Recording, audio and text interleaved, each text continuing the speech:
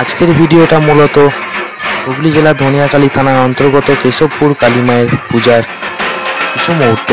এই ভিডিওর মধ্যে তোমরা জানবে এই কালী মাকে চেন দিয়ে কেন বেঁধে রাখা হয়, এছাড়াও এই কালী মায়ের আবির্ভাব কিভাবে হলো, এছাড়াও রয়েছে লমর্ষক কিছু কাহিনী। হ্যালো বন্ধুরা, তোমরা দেখছো এসজে সুরজিৎ ব্লগ, আর আমি তোমাদের বন্ধু সুরজিৎ। চলে এসেছি আজকে ধনেখালি থানার অন্তর্গত কেশবপুর গ্রামে যে বিখ্যাত কালী মায়ের পূজা হয় তোমাদেরকে দেখাবো। এই পূজাটা হয় মূলত দুপুরবেলা বন্ধুরা।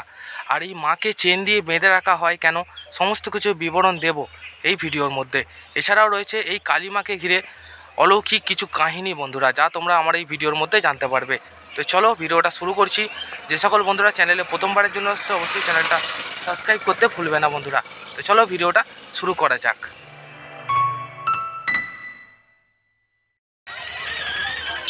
চলে এলাম বন্ধুরা অবশেষে মায়ের মন্দিরে।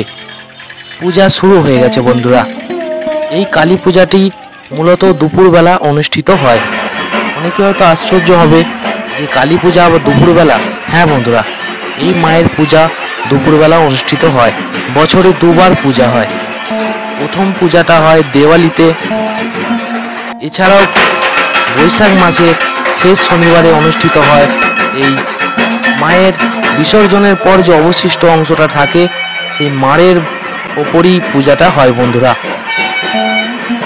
হাজার হাজার মানুষের ভিড় হয় এই কালী পূজাকে কেন্দ্র করে।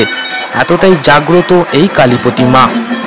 এছাড়াও এই কালী প্রতিমাকে ঘিরে রয়েছে কিছু অলৌকিক কাহিনী, যা তোমাদের বলবো আমার এই ভিডিওর মধ্যে বন্ধুরা। সঙ্গে থাকো এবং মায়ের দর্শন করতে থাকো। বিসর্জনের পর যে অবশিষ্ট অংশটা থাকে তার উপরই মাকে পূজা করা হয়। প্রচুর পাঁঠা পড়ে, এছাড়াও হাজার হাজার মানুষের ভিড় হয় এই কালী পূজায়। প্রতি বছর বৈশাখ মাসের শেষ শনিবারেই এই মায়ের বার্ষিক পূজাটি অনুষ্ঠিত হয়।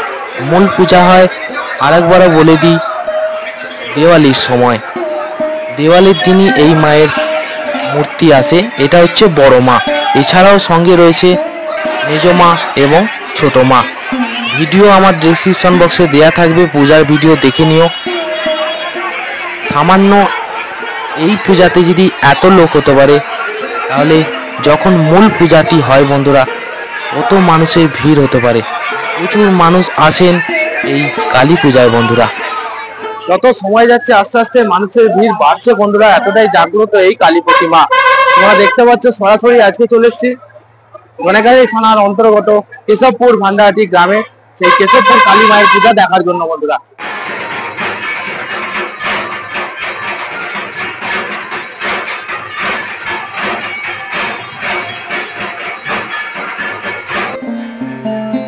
প্রায় 400 বছর আগের কথা। এই গ্রামের ওপর দিয়ে একটি খাল বয়ে যেত বন্ধুরা। হঠাৎ করে গ্রামের মানুষরা একদিন দেখতে পান যে একটি কালী প্রতিমা বসানো রয়েছে খালের ঠিক পাশে। তখন ওনারা চিন্তা ভাবনা করেন যে মায়ের আবির্ভাব কিভাবে হলো, কি করা যাবে। তখনকার দিনের বর্তমানের মহারাজা উদয় চাঁদ মহাপাত্র তিনি চারিদিকে মন্দির স্থাপনা করছিলেন। তখন ওনার সাথে যোগাযোগ করা হয়। উনি এসে সমস্ত কিছু দেখা বা বোঝার পর তিনি মন্দির স্থাপনের আগ্রহী হন। প্রথমে তালপাতার ছাউনি দিয়ে তৈরি হয় মায়ের মণ্ডপ, তারপরে হয় বন্ধুরা খড়ের চাল, তারপরে টিনের চাল, তারপরে মায়ের কাছে জেনারেটরের প্রথমে হ্যাঁচাকের আলো ছিল, তারপরে আসে জেনারেটরের আলো। তো জেনারেটরের আলোয় হঠাৎ করে একদিন দেখা গেল জেনারেটর পুড়ে যায় এবং মায়ের কাছে যে লাইটটি দেয়া ছিল সেটা বাস্ট করে বন্ধুরা। তারপরেও ওনারা বুঝতে পারেননি, তারপরও লাইট দেয়া হয় এবং নানা রকম ঘটনা ঘটতে থাকে। তো তারপর ওনারা বুঝতে পারেন যে মা আলো পছন্দ করছেন না। তারপর থেকে বন্ধুরা এখনো পর্যন্ত মা অন্ধকারেই পূজিত হন, স্রেফ প্রদীপের আলো বা মোমবাতির আলো, তাছাড়া মায়ের কাছে কোনো আলো দেয়া হয় না।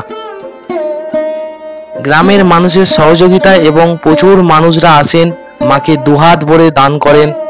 তারপর থেকেই মায়ের মণ্ডপ এত দূরে আগিয়েছে বন্ধুরা। এতটাই জাগ্রত এই কালী প্রতিমা। এছাড়াও তোমাদের জানিয়ে রাখি, ভিডিওর প্রথমেই আমি বলছিলাম মাকে যখন পাঁঠা দেয়া হয়, মানে পাঁঠা যখন বলি হয়, তখন মাকে কেন চেন দিয়ে বেঁধে রাখা হয়। হঠাৎ করে পুরোহিত মশাই একদিন লক্ষ্য করেন, যখন মায়ের পাঁঠা বলি চলছে, হঠাৎ করে দেখা যায় মা যেন আগিয়ে আসছেন মায়ের গর্ভগৃহ থেকে। তখন বোঝা গেল যে মা পাঁঠা বলি যখন হয় মায়ের, তখন মায়ের ভয়ানক রূপ দেখতে পান গ্রামের মানুষ এবং পুরোহিতরা।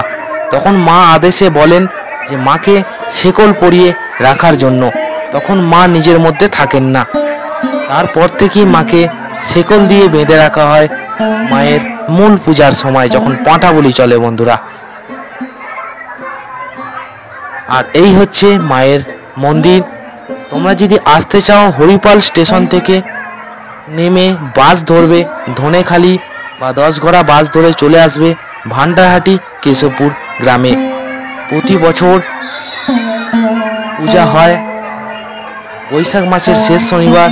এছাড়াও দেওয়ালির সময় বা কালী পূজার সময় তখন মায়ের মূল পূজাটি অনুষ্ঠিত হয়।